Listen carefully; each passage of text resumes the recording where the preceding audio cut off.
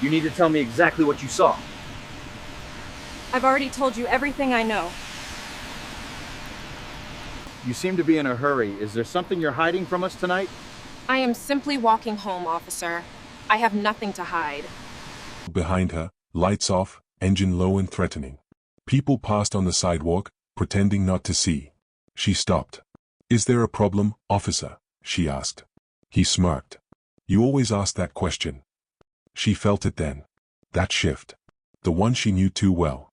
The moment when logic left the room and power took over.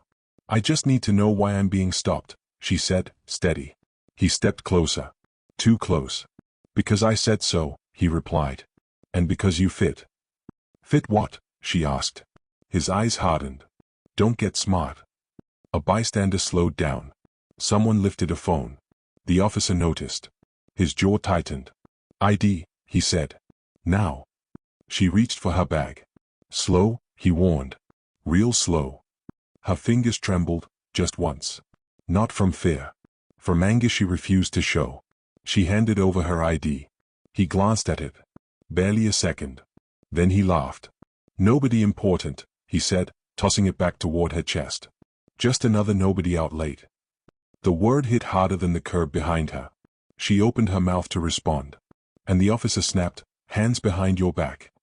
Cold metal clicked open. The street went quiet. And in that silence, everything changed. The officer stood between her and the street, wide and solid, like he had always belonged there. "Turn around," he said. She didn't move. "I haven't done anything wrong," she replied. He sighed, loud and slow. "I didn't say you did. Yet." A car passed. Another slowed. She felt eyes on her back. "I'm asking why I'm being stopped," she said. He leaned in. She could smell coffee on his breath. "And I'm telling you to stop asking questions." Her jaw tightened. She looked past him, toward the sidewalk. No one spoke. "Hands where I can see them," he ordered. She raised them. Higher. She lifted them more. "That back," he said. "Set it down." She hesitated. "My ID is inside." "I didn't ask where it was," he snapped. "I said set it down." She did. He circled her once, slow, like he was deciding something. "Where you headed?" he asked. "Home." "From where?" "Work." He smiled without warmth. "Late night job?" "Yes." "Doing what?" She met his eyes. "I don't have to answer that." His smile vanished. "Wrong answer," he said. A phone camera clicked somewhere behind them. He noticed. "You filming?" he barked. The bystander froze. "No, sir." "Then keep moving." The bystander moved. The officer turned back to her. "You see what happens when people don't listen?" She said nothing. He stepped closer. "ID now." She bent slowly, picked up her bag, and pulled out her wallet. "Careful," he warned. She handed him the card. He glanced at it, then at her.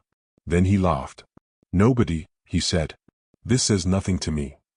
"It's my identification," she replied. "Looks fake," he said. "You nervous?" "No. Your hands say different." "They're cold." He shook his head. Always an excuse. He took a step back, still holding her ID. "You know what happens when people give me attitude?" She swallowed. "I'm not giving attitude." "You are," he said. "You just don't know it." A police radio crackled. He ignored it. "I'm standing on a public sidewalk," she said. "I'd like my ID back." He stared at her for a long moment. Then he tossed it. It hit her chest and fell to the ground. "Nobody gets to tell me what they want," he said. "Especially nobodies." The word burned. She bent to pick it up. "Don't move," he said sharply. She froze halfway down. "Hands up," he ordered again. Her heart started to race. Not panic. Awareness. "This is unnecessary," she said. "So is you being out here," he replied. He reached for his cuffs. Metal flashed under the streetlight. "Turn around," he said. "Am I being arrested?" she asked. He didn't answer. "Officer," she said, voice tight. "Am I being detained?" He stepped in close. "You are being controlled." Her breath caught. A car stopped across the street. Someone whispered. "This is wrong," a voice said softly. The officer turned his head. "You want to join her?" Silence. He grabbed her wrist. The touch was firm. Claiming. She pulled back, just a little. Don't, he warned. I'm not resisting, she said quickly. Then stop moving. He twisted her arm behind her back. Pain flared. Hands together, he ordered.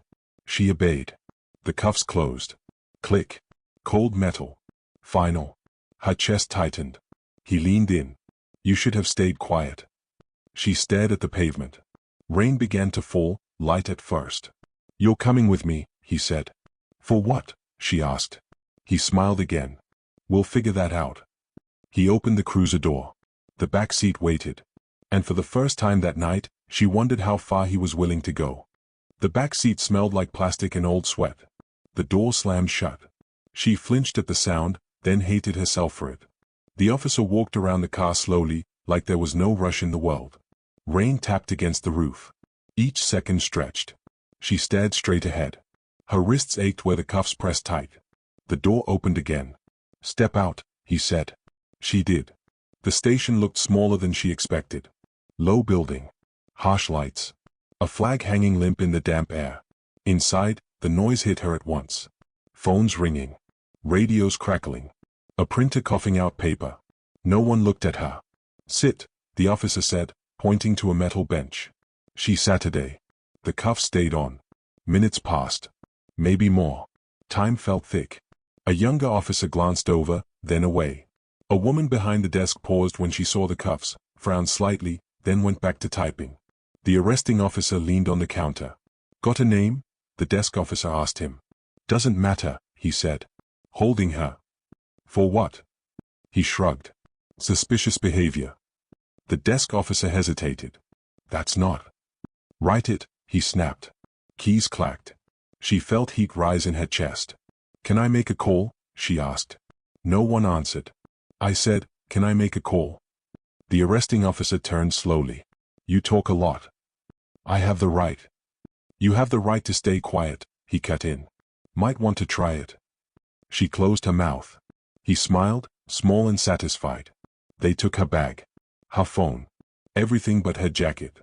She watched the desk officer place her belongings in a bin, tag it, slide it away. The sound felt permanent. Stand, the arresting officer said. She stood. He led her down a hallway that smelled like bleach. Fluorescent lights buzzed overhead. Every step echoed. A door opened. Sit, he said again. A small room. No windows. A table bolted to the floor. 2 chairs. He removed one cuff and clipped it to a ring on the table. Metal scraped. You comfortable? He asked. She didn't answer. He leaned back against the wall. Arms crossed. Let's clear something up, he said.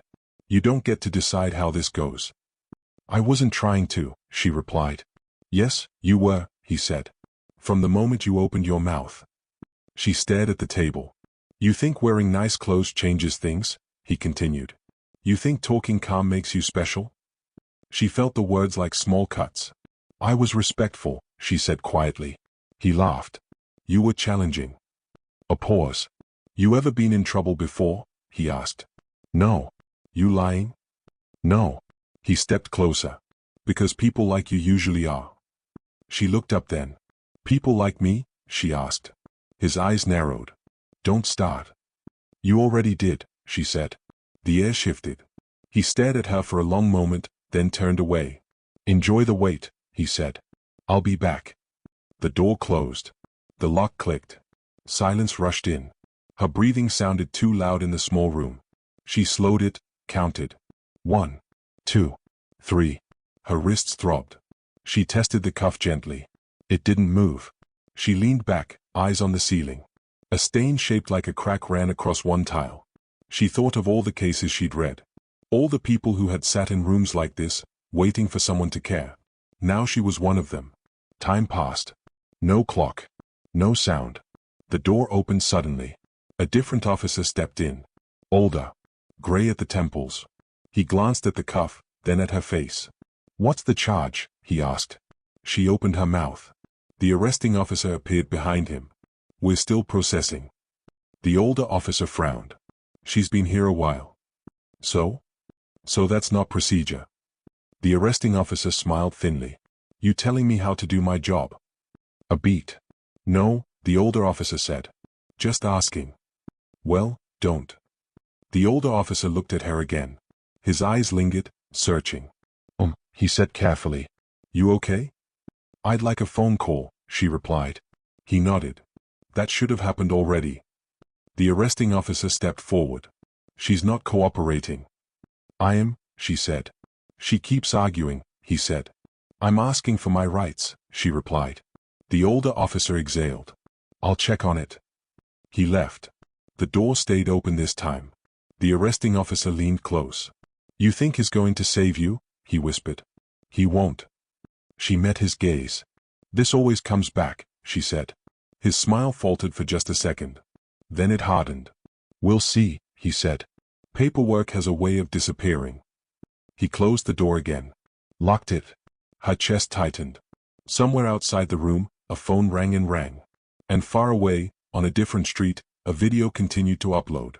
The bench was cold through her jacket. The holding room smelled like metal and disinfectant.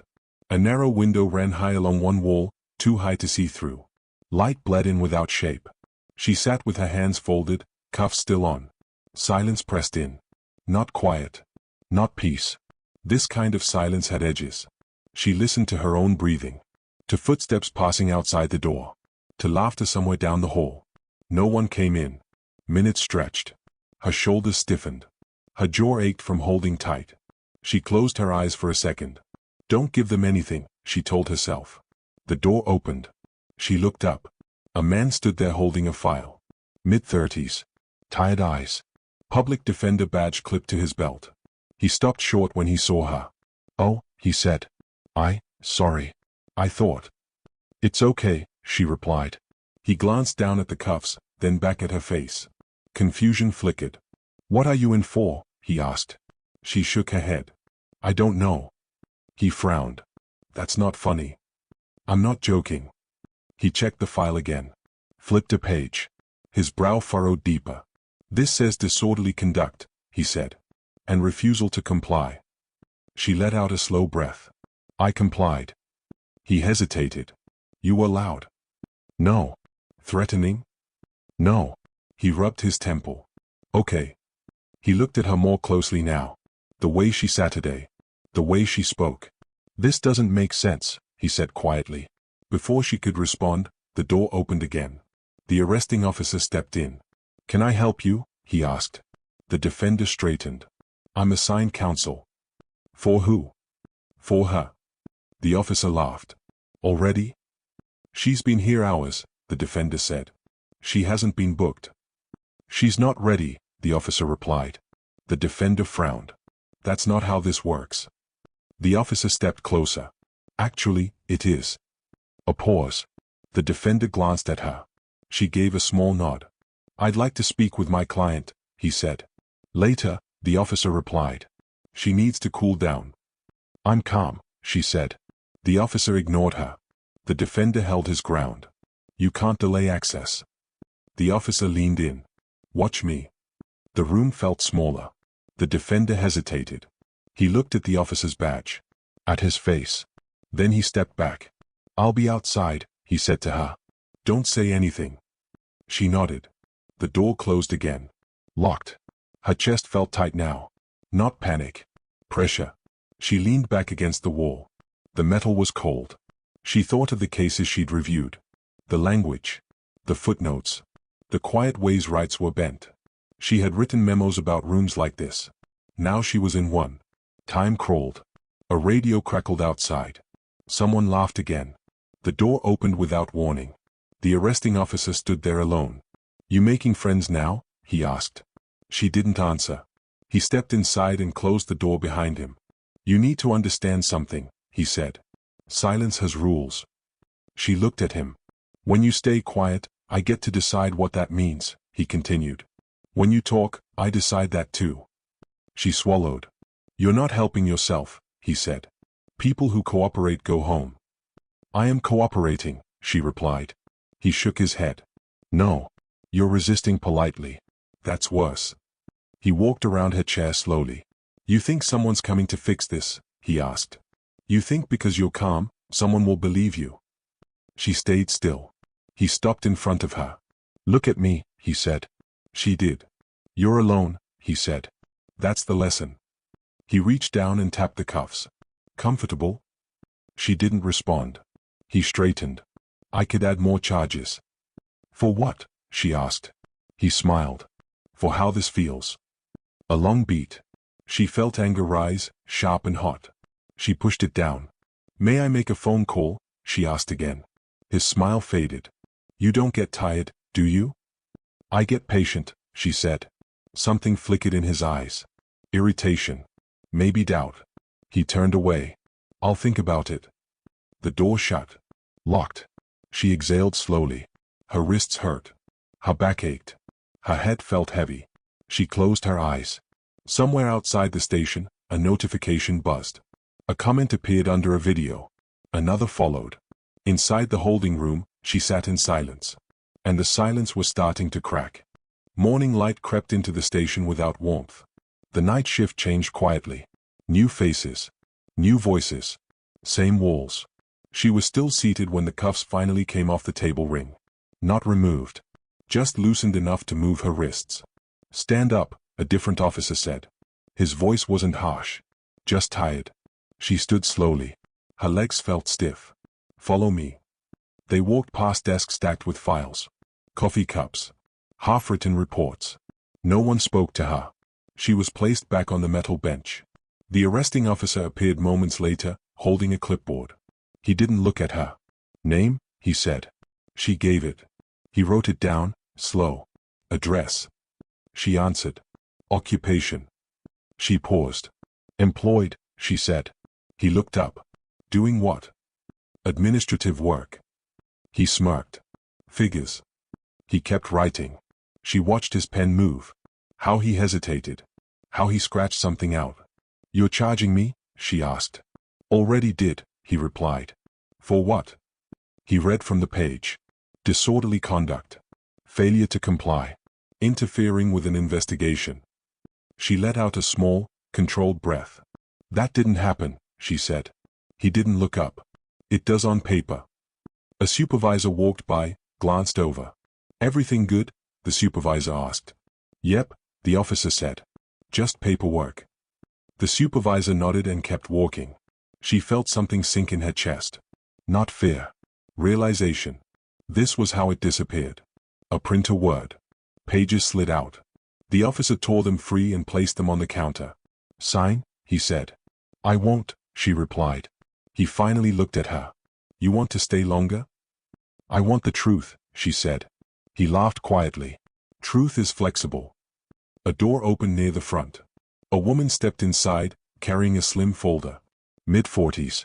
Professional. Calm. She paused when she saw her. Their eyes met. The woman frowned, just slightly. You're early, the desk officer said to her. I had documents to drop off, the woman replied. Supreme Court liaison requested them. The words hung in the air. The arresting officer's pen froze for half a second. He recovered quickly. She can wait, he said, nodding toward the woman. The woman didn't move. She looked at her again. Longer this time. Are you okay? The woman asked. The question was quiet. Careful. I'm being held, she replied. For what? The woman asked. The officer stepped in. This doesn't concern you. The woman's eyes stayed on her. She looks familiar. The officer's jaw tightened. Everyone does. The woman shifted her weight. What's her name? The officer spoke fast. We're handling it. The woman looked at the desk officer.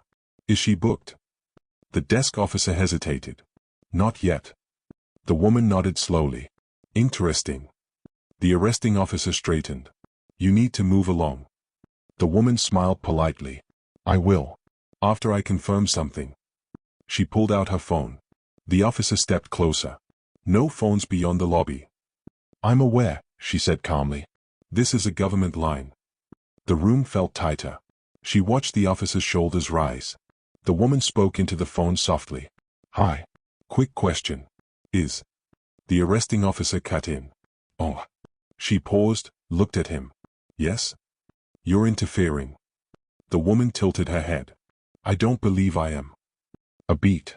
The supervisor returned, sensing something. What's going on? He asked. The woman turned to him. I'm trying to understand why someone I recognize is being held without booking. The supervisor glanced at her. You recognize her?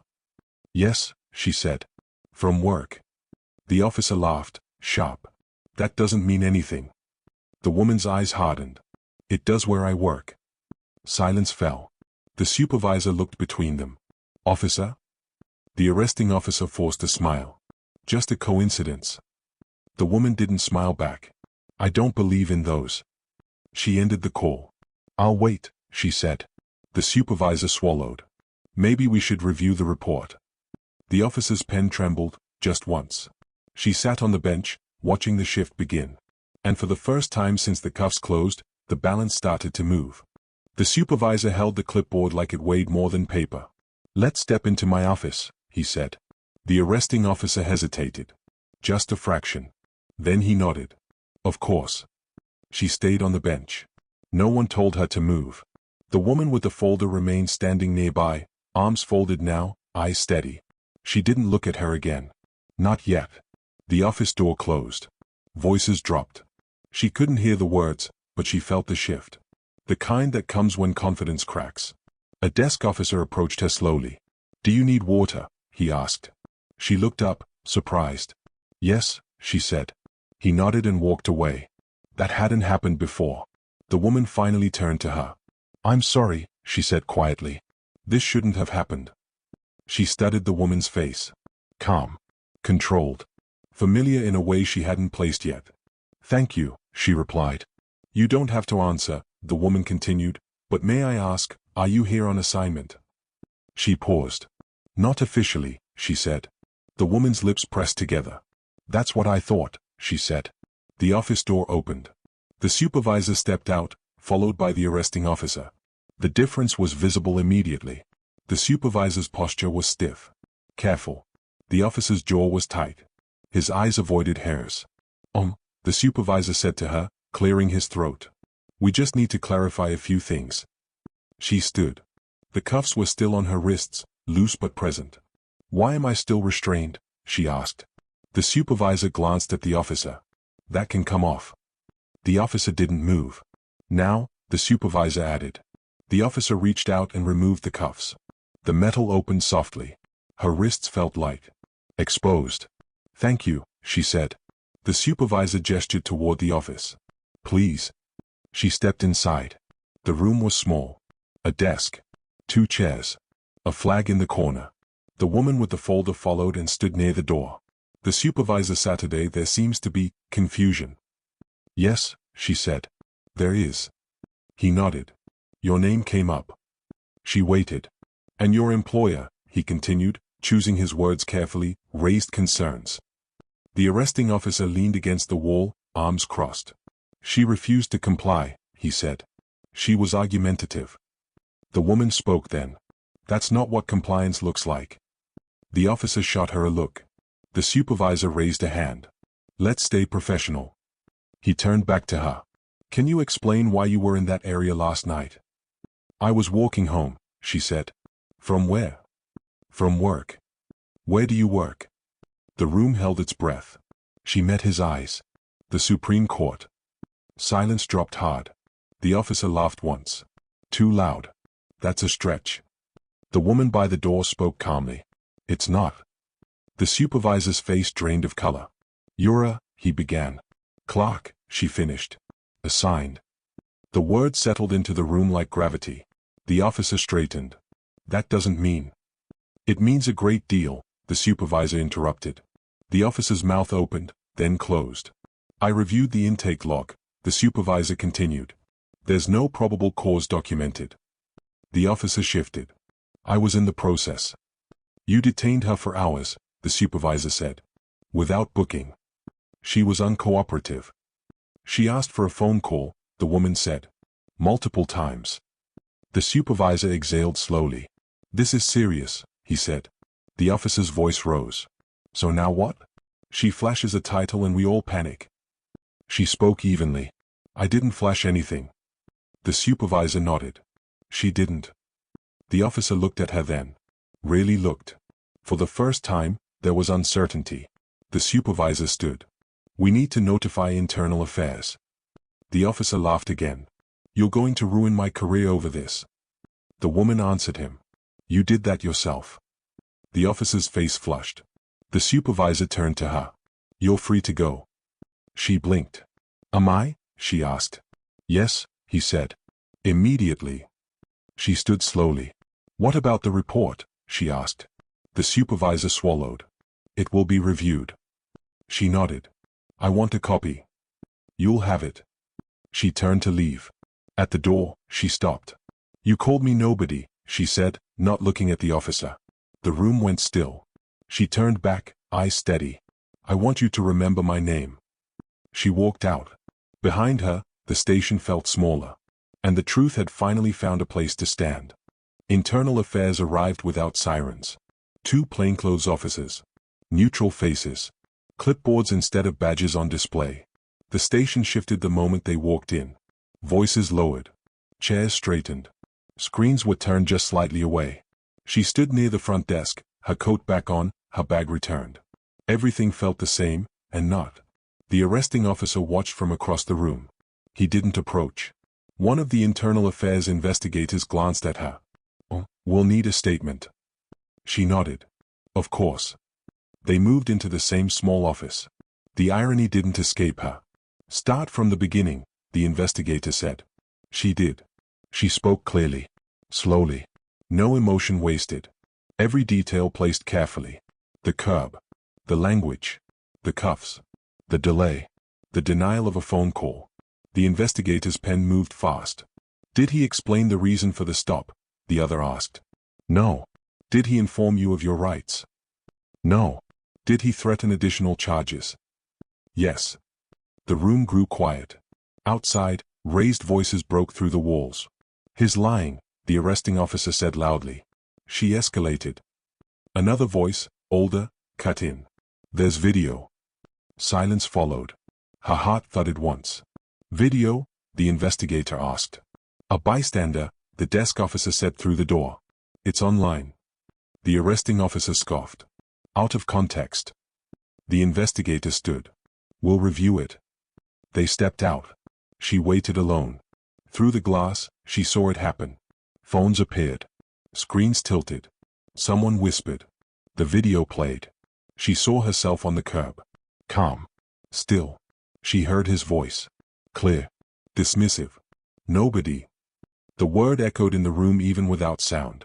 The arresting officer's shoulders stiffened. One investigator paused the video. Rewound. Another angle loaded.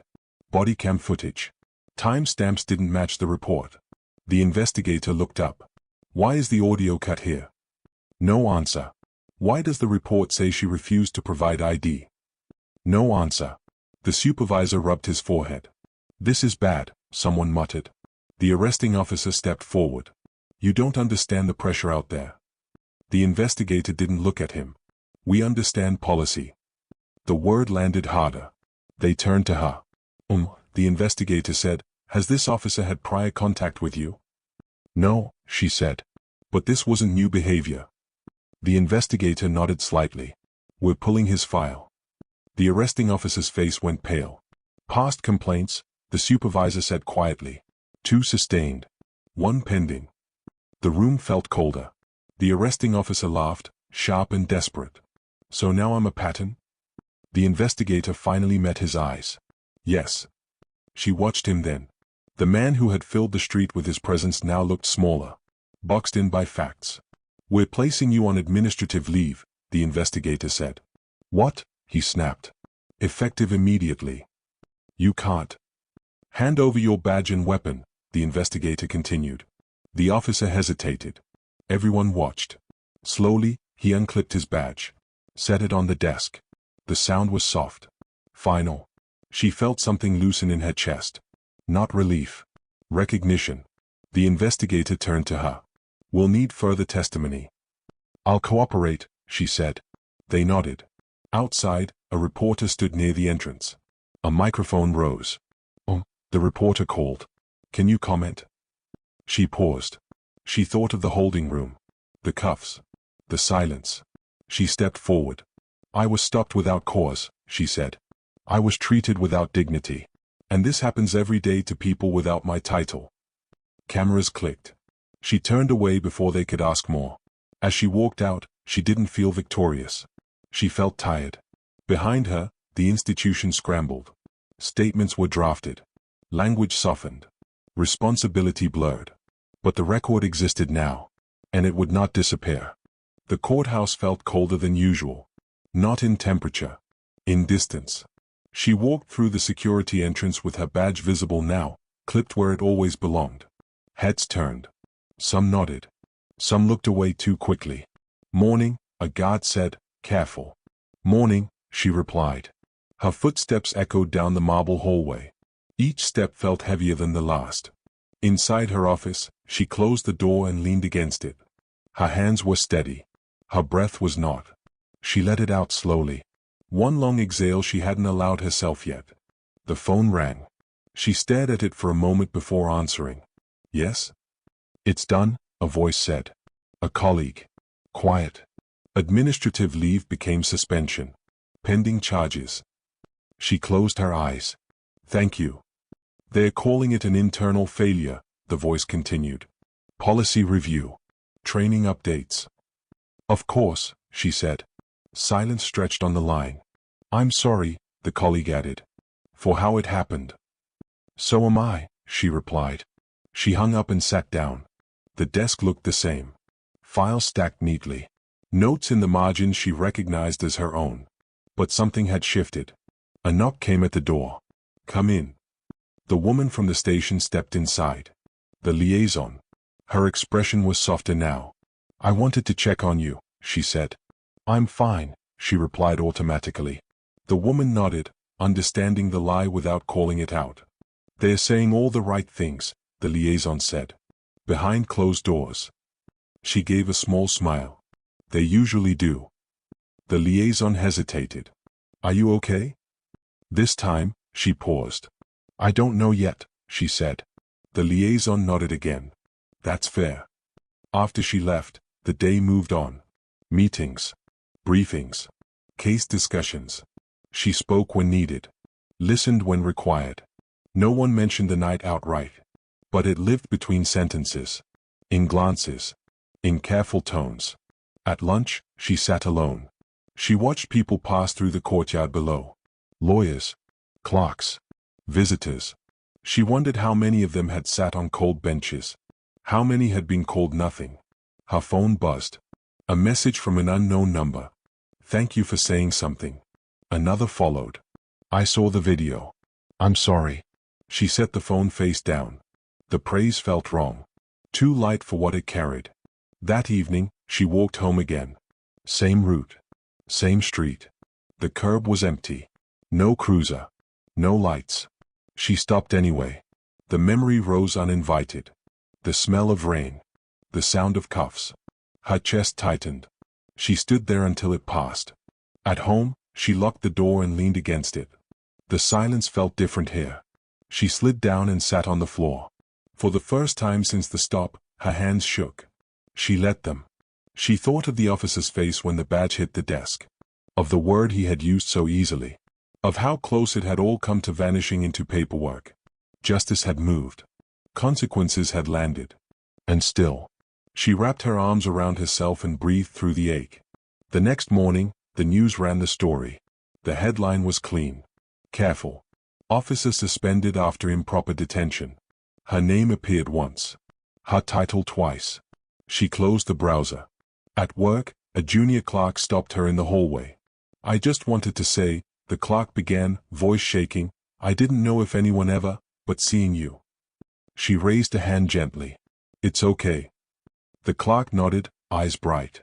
As the clerk walked away, she felt it again. The weight. Not just of what happened, but of what always could. She straightened her shoulders and continued down the hall.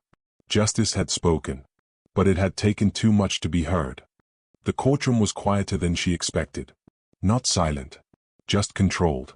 Like everyone knew this moment mattered and didn't want to disturb it. She sat in the second row, hands folded in her lap. No badge visible today. No title announced. Just her name on the docket. The officer sat at the front with his attorney. He looked smaller than she remembered. Not weaker. Just exposed. The judge entered. Everyone rose. Be seated. The hearing moved quickly. Efficient. Procedural. That was the point. Internal Affairs presented their findings.